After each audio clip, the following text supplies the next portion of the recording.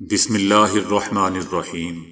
السلام علیکم دوستو، دنیا بھر کی خبروں میں آج آپ سنیں گے، لیکن اس سے پہلے اگر ہو سکے تو لائک اور سبسکرائب کا بٹن ضرور دبا لیں۔ شکریہ۔ امریکہ کے صدر جو بائیڈن نے کہا ہے کہ امریکہ کی کوشش سے غزہ میں جنگ بندی ممکن ہوئی۔ امریکی صدر نے کہا کہ خوشی ہے کہ اسرائیلی رہا ہو کر اپنے عزیزوں کے پاس پہنچ گئے۔ کوشش تھی کہ پہلے مرحلے میں 50 سے زائد اسرائیلی رہا کرا لیے جائیں۔ امریکی صدر کا کہنا تھا کہ جمعے کو رہا ہونے والے 13 اسرائیلی یرغمالیوں میں خواتین بھی شامل ہیں۔ ان کا مزید کہنا تھا کہ جنگ بندی کے لیے خطے کے رہنماؤں سے فون پر بات کی گئی۔ امریکہ جنگ بندی پر زور دیتا رہا تاکہ اسرائیلیوں کو رہا کروایا جا سکے۔ غزہ میں عارضی جنگ بندی کے بعد پہلے روز اسرائیل کی جانب سے رہا ہونے والے فلسطینی قیدیوں نے اپنے تاثرات بیان کر دیے۔ ملک سلمان نے کہا کہ دمون جیل انتظامیہ نے 7 اکتوبر کے بعد ہمیں قید تنہائی میں رکھا۔ غزہ پٹی کے تمام شہداء سے تعزیت کرتا ہوں۔ رہا ہونے والی فاطمہ شاہین نے اپنے بیان میں کہا کہ غزہ کے عوام کو سلام جنہوں نے صبر کیا اور قیدیوں کی رہائی کے لیے اپنا خون بہایا۔ فاطمہ شاہین نے کہا کہ ہم سب کو حماس پر اعتماد ہے جو تمام قیدیوں کو آزاد کرانے کے لیے کام کر رہی ہے۔ رہائی پانے والے فرید نامی شخص نے کہا کہ ہمیں اسرائیلی جیلوں کے اندر مسلسل زیادتی کا نشانہ بنایا جاتا رہا۔ غزہ سے رہائی کے منتظر قیدیوں کی فہرست اسرائیل کو موصول ہو گئی ہے۔ دوسری جانب اسرائیلی فورسز نے مغربی کنارے سے 3 فلسطینی صحافیوں کو گرفتار کر لیا ہے۔ صحافیوں کو بیرون خلیل کے جنوب میں ایک چیک پوائنٹ پر گرفتار کیا گیا۔ غزہ میں حماس اور غاصب صہیونی رجیم کے درمیان 4 روزہ عارضی جنگ بندی کا معاہدہ طے پا گیا۔ شاید اسے گزشتہ چند گھنٹوں بلکہ گزشتہ چند دنوں کی اہم ترین خبر قرار دیا جا سکتا ہے۔ اگرچہ دوستو فریقین اس معاہدے کو قبول کر چکے ہیں، لیکن اسرائیل کی غاصب صہیونی رجیم کی جانب سے معاہدے کی پابندی برقرار رکھنے اور جنگ بندی میں توسیع انجام پانے کے بارے میں بہت سے شکوک و شبہات پائے جاتے ہیں۔ یہاں چند اہم سوالات جنم لیتے ہیں، جیسا کہ عارضی جنگ بندی کا معاہدہ زیادہ اسرائیل کے حق میں ہے یا حماس کے، اور اس 4 روزہ جنگ بندی کا سب سے زیادہ فائدہ کسے پہنچے گا وغیرہ۔ در حقیقت دوستو غزہ میں جاری جنگ کے گزشتہ 48 دنوں کے دوران غاصب صہیونی رجیم جن اہم اور بنیادی مقاصد کے حصول کے لیے کوشش کر رہی تھی انہیں حاصل نہیں کر پائی۔ مثلاً حماس کی نابودی، غزہ کی پٹی پر مکمل کنٹرول اور اسرائیلی یرغمالیوں کی آزادی وغیرہ۔ اسرائیل مندرجہ بالا مقاصد میں سے ایک بھی حاصل نہیں کر پایا۔ جنگ کے آخری لمحات تک دوستو غزہ کی پٹی سے مقبوضہ فلسطین کے مرکزی شہروں تک راکٹ اور میزائل فائر کیے جانے کا سلسلہ بھی جاری رہا۔ غزہ کا علاقہ جہر الدیق چند ہفتے پہلے صہیونی فوج کے قبضے میں چلا گیا تھا، جبکہ کچھ ہی دن پہلے وہاں فلسطینی مجاہدین نے گھات لگا کر حملہ کیا اور کئی صہیونی فوجیوں کو ہلاک اور زخمی کر دیا۔ اس حکمت عملی کے نتیجے میں فلسطینی مجاہدین نے خود کو غاصب صہیونی فوج سے طویل المیعاد مقابلہ کرنے کے لیے تیار کر رکھا تھا۔ دوسری طرف صہیونی رجیم کی جانب سے 40 سے زائد دنوں تک غزہ میں مسلسل وحشیانہ بمباری حماس کو ختم نہ کر سکی۔ صہیونی فوج بھی غزہ کی مختصر سی پٹی کو مکمل طور پر اپنے کنٹرول میں لینے میں بری طرح ناکام رہی۔ جنوبی غزہ میں بھی صہیونی فوج کھیتوں اور آبادی سے خالی علاقوں کے علاوہ کسی اور علاقے میں پیش قدمی نہ کر پائی۔ غزہ کے شمال اور شمال مغرب میں تو جارحہ صہیونی فوج کے لیے صورتحال اس سے بھی زیادہ بری تھی۔ اسرائیل نے زمینی حملے کے ابتدائی دنوں میں ہی بیت حنون اور بیت لاہیہ میں داخل ہو جانے کی خبر شائع کر دی تھی، لیکن اس کے 20 دن بعد بھی ان 2 علاقوں میں حماس اور صہیونی فوجیوں کے درمیان مسلح جھڑپیں جاری رہیں۔ کچھ بین الاقوامی تجزیہ کاروں کے لیے بھی اس بات پر یقین کرنا مشکل تھا کہ غزہ پر صہیونی فوج کی زمینی جارحیت کے 20 دن بعد بھی وہ بدستور ان دو علاقوں کے باہر ہی کھڑی رہی۔ عارضی جنگ بندی کا معاہدہ قبول کیے جانے سے یہ بھی ظاہر ہوتا ہے کہ نیتن یاہو کی کابینہ اندرونی سطح پر شدید دباؤ کا شکار تھی۔ حالانکہ نیتن یاہو نے 2 ہفتے پہلے اعلان کیا تھا کہ جب تک تمام اسرائیلی یرغمالی آزاد نہیں ہو جاتے جنگ بندی قبول نہیں کی جائے گی۔ لیکن اب صہیونی حکومت حماس کی جانب سے صرف 50 یرغمالیوں کی آزادی کے بدلے جنگ بندی پر راضی ہو گیا۔ حماس کے ہاتھوں اسرائیلی یرغمالیوں کی دوستوں کل تعداد 200 سے زائد ہے، جبکہ حماس نے اب تک اس بارے میں کوئی وضاحت پیش نہیں کی۔ غاصب صہیونی رجیم اپنی بھرپور کوشش کے باوجود عالمی سطح پر اور عالمی برادری کی نظر میں اس جنگ کو جائز قرار دینے میں بھی بری طرح ناکام رہی۔ یوں دکھائی دیتا ہے کہ اسرائیلی حکام کی جانب سے بارہا جنگ بندی نہ کرنے اور غزہ میں ایندھن اور دیگر امداد داخل ہونے کی اجازت نہ دینے پر زور دینے کے باوجود عارضی جنگ بندی کا حصول بذات خود حماس کے لیے بہت بڑی فتح ہے۔ صہیونی فوج بھی اس بات پر زور دے رہی تھی کہ جنگ بندی حماس کے لیے مددگار ثابت ہوگی، لہذا اسے قبول نہیں کرنا چاہیے۔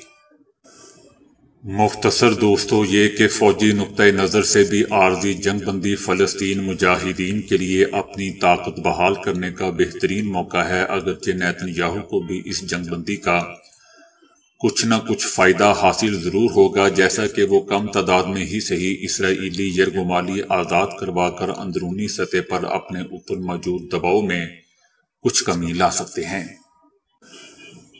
دوستو، ہم امید کرتے ہیں کہ یہ عارضی جنگ بندی مستقل جنگ بندی میں تبدیل ہو جائے، وہ بھی ایسے وقت میں جب اسرائیل اپنے بیان کردہ 3 اہداف میں سے کوئی بھی حاصل نہیں کر پایا۔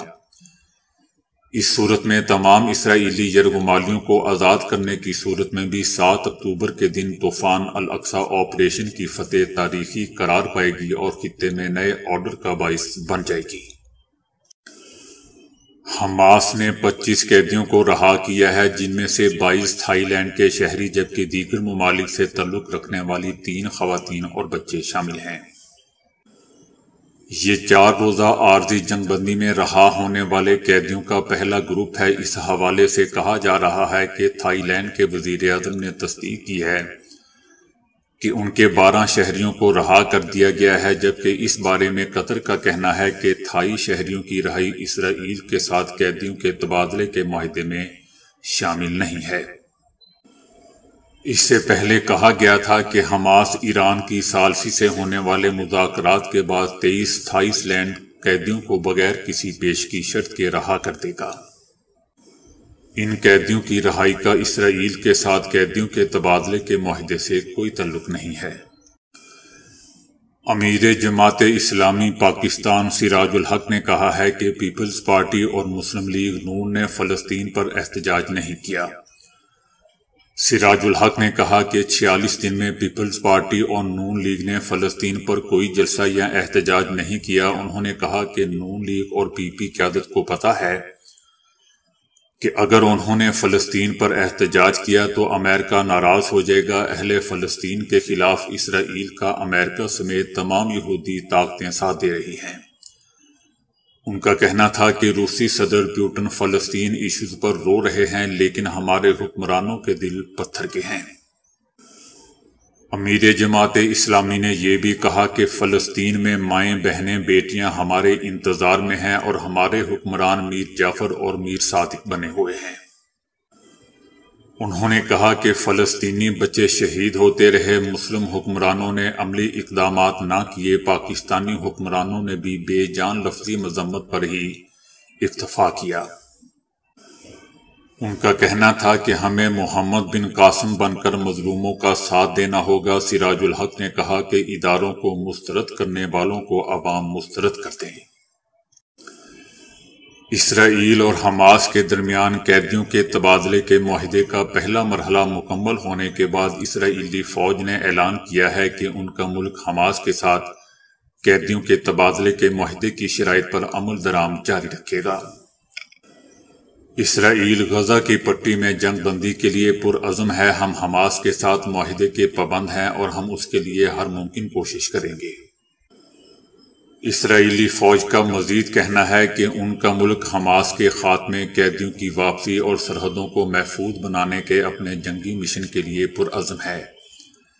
اسرائیلی افواج حماس کے ساتھ 4 روزہ جنگ بندی کا فائدہ اٹھا رہی ہے تاکہ غزہ میں اپنے آپریشن کے اگلے مرحلے کی تیاری کے لیے کچھ یرغمالیوں کی واپسی کی جا سکے۔ جنگ بندی کے دنوں میں اسرائیلی فوج جنگ کے اگلے مراحل کے لیے اپنی تیاری مکمل کر لے گی۔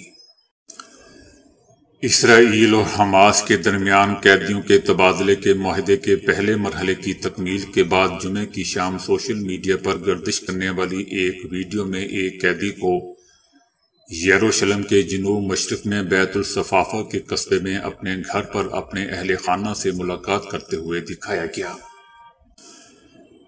اس قیدی کو 2016 میں اس وقت گرفتار کیا گیا تھا جب وہ 16 برس کی تھی۔ وہ یروشلم کے پرانے شہر میں دمشق گیٹ کے علاقے میں تھی۔ اس کے بعد ایک اسرائیلی عدالت نے اسے مزاحمت کی کارروائیوں میں ملوث ہونے کا قصوروار ٹھہرایا اور اسے 10 سال قید کی سزا سنائی۔ اپیل کے بعد سزا کم کر کے 9 سال کر دی گئی۔ دوستو، یاد رہے کہ قیدیوں کی رہائی جاری رہی تو جنگ بندی میں توسیع بھی ہو سکتی ہے۔ حماس کے سربراہ اسماعیل ہنیہ نے کہا ہے کہ حماس 4 دن کی جنگ بندی پر پوری طرح کاربند رہے گا اور یرغمالیوں کی رہائی سمیت ہر نقطے پر عمل کرے گا، تاہم اس کا انحصار اسرائیل کی طرف سے معاہدے کی ایسی ہی پاسداری پر ہے۔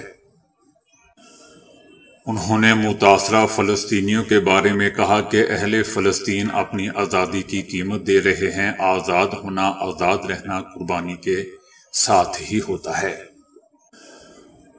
دوستو، جمعے کے دن غزہ میں یا غزہ کے ارد گرد کہیں سے بھی کوئی بمباری یا کوئی اور بڑی جنگی کارروائی رپورٹ نہیں کی گئی ہے، تاہم فریقین نے ایک دوسرے پر جنگ بندی کی خلاف ورزیوں کا الزام بھی لگایا ہے اور یہ بھی اعلان کیا ہے کہ جنگ بندی کے بعد پھر سے وہیں سے جنگ شروع ہوگی جہاں روکی گئی تھی۔ غزہ اب تک جنگ کا سب سے گرم میدان رہا ہے۔ اس میں 15,000 سے زائد فلسطینی شہید ہو چکے ہیں، جن میں 6,000 سے زائد فلسطینی بچے شامل ہیں جو اسرائیل کی وحشیانہ بمباری کا نشانہ بنے۔ اسرائیلی فوج کے حکام نے جن مرد اور خواتین قیدیوں کو رہا کیا ہے ان کے لیے شرائط بھی رکھی ہیں۔ اسرائیل نے جو شرائط پیش کی ہیں وہ یہ ہیں۔ پہلی شرط یہ ہے کہ رہا ہونے والے قیدی یا ان کا رشتہ دار پریس کانفرنس یا بیان نہیں دے گا۔ دوسری شرط یہ تھی کہ قیدی کا گھر والوں کے ساتھ جمع ہونا منع ہے۔ تیسری شرط یہ رکھی گئی کہ قیدیوں کی رہائی کی خوشی میں مٹھائی بانٹی جائے گی اور نہ ہی کسی قسم کا جشن منایا جائے گا۔ چوتھی شرط یہ رکھی گئی کہ شرائط کی خلاف ورزی کرنے کی صورت میں 70,000 شیکل کی ضمانت دی جائے گی۔ دوستو، یاد رہے کہ فلسطینی قیدیوں کی فہرست میں 5 خواتین شامل ہیں جنہیں سزائیں دی گئی ہیں اور باقی بچے اور خواتین ہیں جنہیں انتظامی طور پر حراست میں لیا گیا ہے۔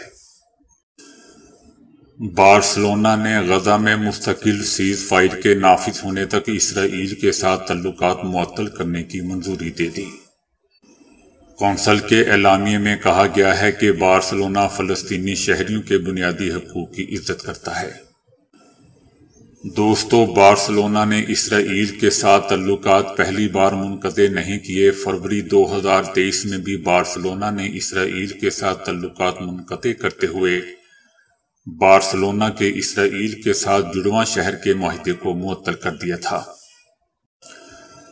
اسرائیل میں محکمہ صحت کے حکام نے رہا ہونے والے یرغمالیوں کو وصول کرنے کے لیے رہنما اصول قائم کیے ہیں۔ اس منصوبے میں جسمانی اور ذہنی صحت کی دیکھ بھال شامل ہے۔ اس کے علاوہ اسرائیلی فوجی قیدیوں کے ساتھ ان کی رہائی سے لے کر ہاسپٹل پہنچنے تک انہیں ہر ممکن سہولت فراہم کی جائے گی۔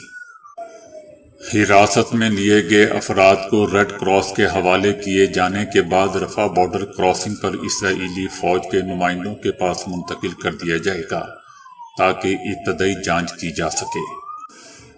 اس کے بعد قیدیوں کو 6 اسرائیلی ہسپتالوں میں سے کسی میں ایک میں بھیجا جائے گا۔ قیدیوں کے معاہدے نے اسرائیل کو ایک مشکل انتخاب میں ڈال دیا ہے۔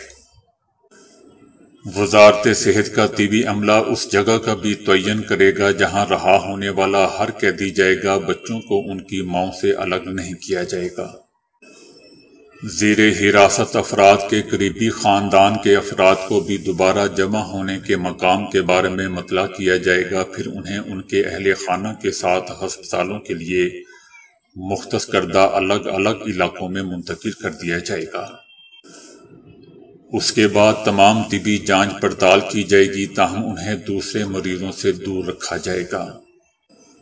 میڈیا کو پہلے قیدیوں اور ان کے اہل خانہ کے ساتھ بات چیت کرنے سے روک دیا گیا ہے۔ تصدیق ہونے کے بعد ان کا خفیہ طبی ریکارڈ متعلقہ ہاسپٹل کو جاری کر دیا جائے گا۔ ہدایات میں مزید کہا گیا ہے کہ فوجیوں کو اپنا تعارف کروانا چاہیے اور بچوں سے تو دوستو ابھی کے لیے اتنا ہی۔ ویڈیو کو لائک اور شیئر کرنے کا بہت بہت شکریہ۔